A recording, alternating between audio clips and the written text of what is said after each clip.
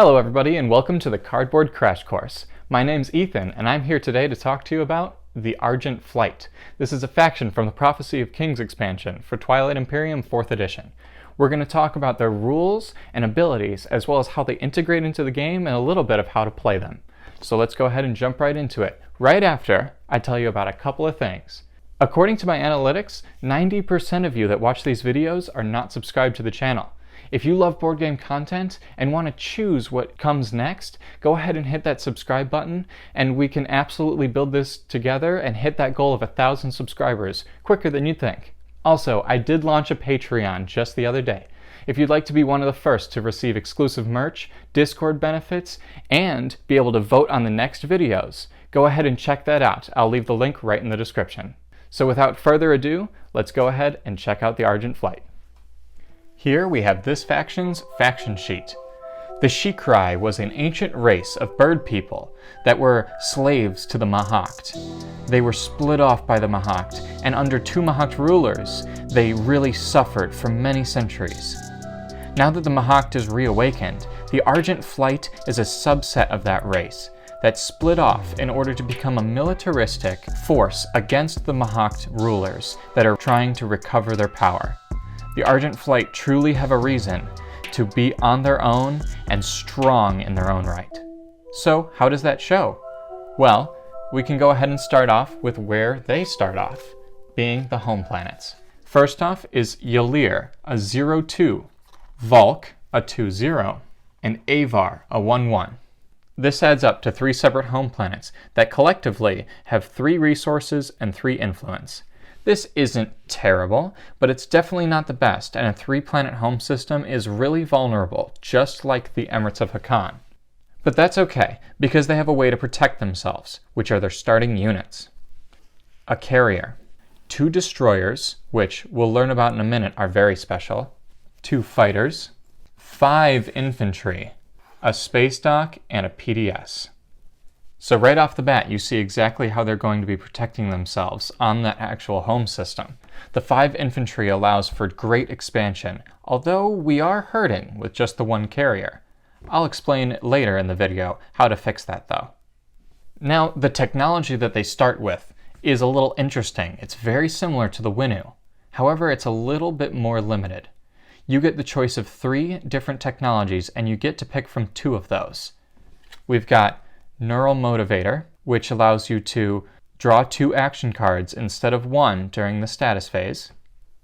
SAR Wing Tools, which says, when 1 or more of your units use production, reduce the combined cost of the produced units by 1, as well as Plasma Scoring.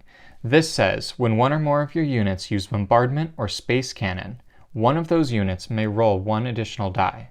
So we've got a way to draw more action cards, build units, or protect units through a green, yellow, and red technology. Again, you get to choose 2 of the 3 when you start. Now they also have a couple faction abilities that are unique to them. Not only do they start with 3 commodities, which is pretty normal, they also have the ability Zeal. You always vote first during the agenda phase. When you cast at least 1 vote, cast 1 additional vote for each player in the game, including you. I'll explain why in the discussion portion later on, but Zeal may actually be more of a detriment than a benefit. Well, moving on to Raid Formation. When 1 or more of your units use Anti-Fighter Barrage, for each hit produced in excess of your opponent's fighters, choose 1 of your opponent's ships that have sustained damage to become damaged. This allows you to use your Anti-Fighter Barrage against full ships, not just fighters, and we'll see exactly how that pairs with the Argent Flight's destroyer in just a second.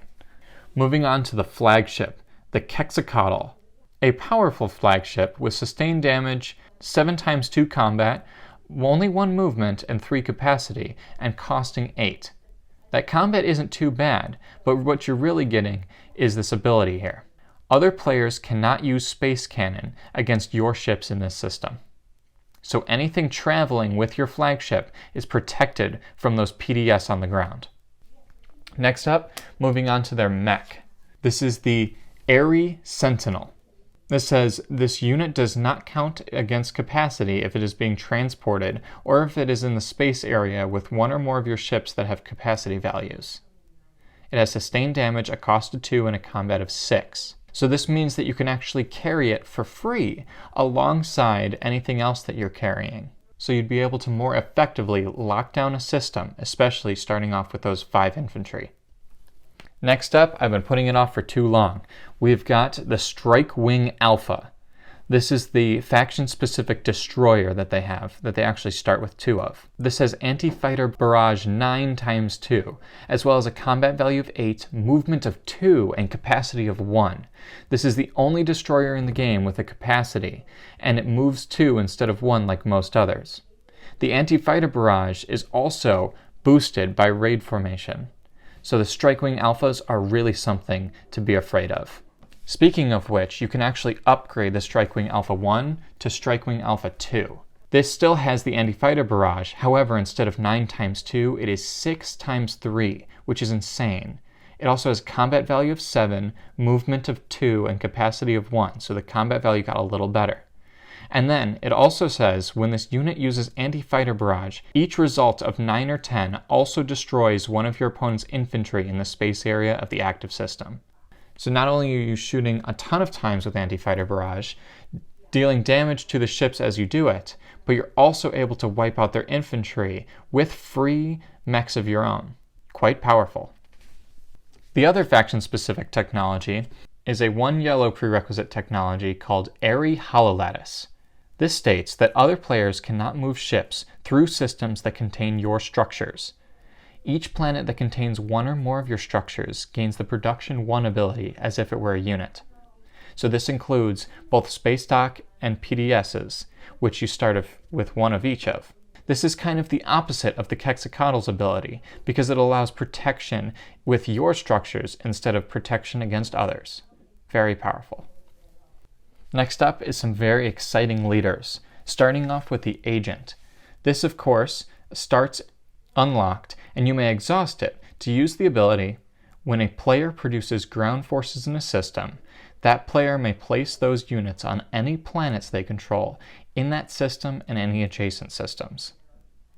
So this allows you for both your infantry and your mechs to produce on one planet and expand without even having to move them. You can of course use this on somebody else to get a payment as well. Next up is their commander. This starts locked. This is Traken our Zulak. It unlocks by having 6 units that have anti-fighter barrage, space cannon, or bombardment on the game board. It's a little bit of an incentive to go for that Strike Wing Alpha or the PDS and space docks that allow you to produce. When it is unlocked, it has the static ability that says when 1 or more of your units make a roll for a unit ability, you may choose one of those units to roll 1 additional die. So a unit ability is either anti-fighter barrage, bombardment, or space cannon. This is not normal combat values. This is a very simple ability, but really quite beneficial when you actually start getting into the militaristic combat that they love so much. And finally, we're moving on to the hero, Mirik Aun Cicerai, the Flight Master. This of course starts locked, just like all others, and just like all others, have the unlock ability, have 3 scored objectives, including public as well as secret objectives. Once you do unlock it, it is a one-time ultimate ability called Helix Protocol. This is, as an action, you may move any number of your ships from any systems to any number of other systems that contain 1 of your command tokens and no other player's ships, then purchase card. So it's kind of like an ultimate agent ability. Any number of your units in the air will move to anywhere else, and it is quite powerful, and nobody quite knows where you're going to put them. This, I think, is a lot of fun to use, and we'll discuss its uses in just a few minutes. Finally, we've got the Argent Flight's promissory note. This would be what you give out to other players for them to use. It's called Strike Wing Ambuscade. It says when 1 or more of your units make a roll for a unit ability, choose one of your units to roll 1 additional die, then return this card to the Argent player. This is quite literally just their commander strapped to a card. People may be willing to pay a little bit for it. Just don't let others use it against you. So let's go ahead and have a little discussion about how to use the Argent Flight in a game. I'm so excited to tell you a little bit of what I think about this faction. So let's go ahead and head on out. Alright, test dummies, so what do I think about the Argent Flight? Well, I actually am very impressed by them. When they first released with Prophecy of Kings, I really didn't think much of them. To be completely honest, their art and their faction color and their faction sheet design, it's kind of a stupid reason, but I just wasn't pulled to it quite as much as I was pulled to the Titans, or the Mahact, or even something like the Nomad. They all have very, very unique styles to them, and I think the Argent Flight was kind of, to me, a little bit of a discount Barony of Letnev. But that's not true anymore. Because when I look at the Argent Flight now, I think of a very aggressive but tactical race. They use aggression in very small ways and very defensive ways, where their defense is really their best offense. It's kind of like the Necrovirus, where they like smaller fights better than larger ones, but all about taking people's systems in the air and then being able to plop themselves down and produce on those systems, growing as they go. Their ability with the agent is very similar to a sort of Sardak Nor ability, where they get to move things out of the systems without actually flying there. This is very important to them because they don't start with 2 carriers. So how do you fix that 2 carrier problem? Well, just like I promised earlier, I will let you know. Their starting tech, I pretty much exclusively go with Sarween tools and plasma scoring. I'll almost never take Neural Motivator, because if you start with Sarween tools, you can right away spend 2 resources instead of 3 to get a carrier and bring your 5 infantry to 2 different systems. And plasma scoring is kind of a no-brainer because the red technology goes directly into your Strike Wing Alpha and allows you to use that bombardment and space cannon towards your commander and really just boosts you from round 1. Speaking of which, the paths that you should go is really to stick to yellow and red. Once you get that airy hollow lattice, you're allowed to produce things in places that you don't even have space docks, as well as produce even more in areas where you do. That can exponentially grow your militaristic might, and you might actually become a really powerful race on the table. If you're constantly putting down structures, especially PDS, in sort of a triangle shape, sealing off your pie slice from everybody else, you are really able to make it to Mechatol Rex and hold it down with all of that benefit from all of your unit abilities in a much better way than a lot of factions can. And if you choose not to, the hero is what really lets you score all the objectives that you're not able to hit with your defensive playstyle. If you lock down near your home system, protect that 3-planet home system, and use your hero at an opportune time, you can send your ships out to go grab a lot of points all at once and really surprise your opponents. Bringing those ships then back home can really lock down that pie slice again and allow them to not be able to take those points away from you. So speaking of points, do I think Imperial's a good strategy for this faction? I would say no.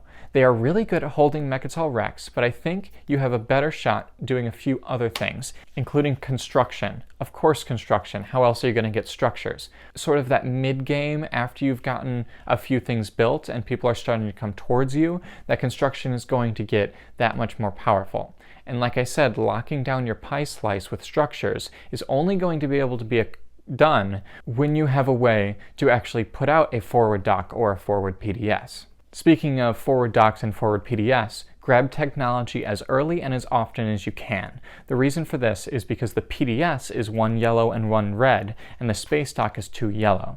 Now, Space Dock 2s aren't that great in Twilight Imperium 4th edition, but PDSs are, and if you ever are interested in getting a much wider range of unit abilities that your commander boosts the strength of, then I think technology and shooting for those PDS are really going to be your #1 goal early on.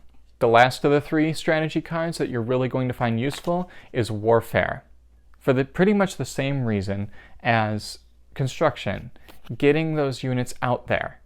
Being able to create that wall where you can kind of just farm and then expand all at once is going to be kind of the strategy that Argent Flight loves the most. So technology, construction, and warfare in that order as early as possible is going to really set your game up for success.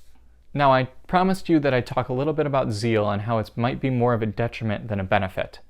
So it kind of turns from a benefit into a detriment later on.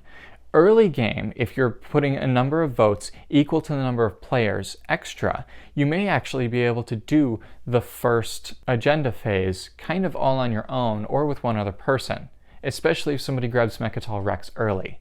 But as later and later you go, the number means less and less when people have so many votes to put in the pool. And voting first means you have almost no control over what the outcome is. You really have to either use a rider or create alliances with other people for your votes to matter at this point. And I think because the Argent Flight in the lore were more slaves to the Mahakt and were kind of a lesser known race, they have much less political power, and they're kind of new to the Galactic Council. So I think this is a flavor-driven ability first and a mechanically second. So it's sort of sad that it detriments them, but the agenda phase isn't too big of a game changer anyway, so kind of just focus on your military. So I think the main overarching strategy of this faction is to use those destroyers with 2 movement and 1 capacity to get out far in your pie slice early on and set up a net of protection. Use construction to lock down structures and become a defensive grid, sort of like Extra, but with the ability to expand out of there if necessary.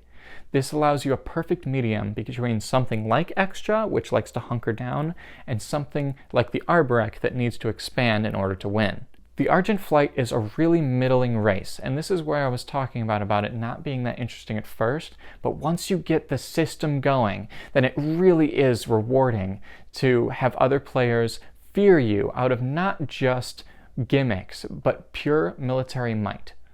Also, the promissory note might not be bought, but if it is bought, make sure to sell it to one of your allies across the table.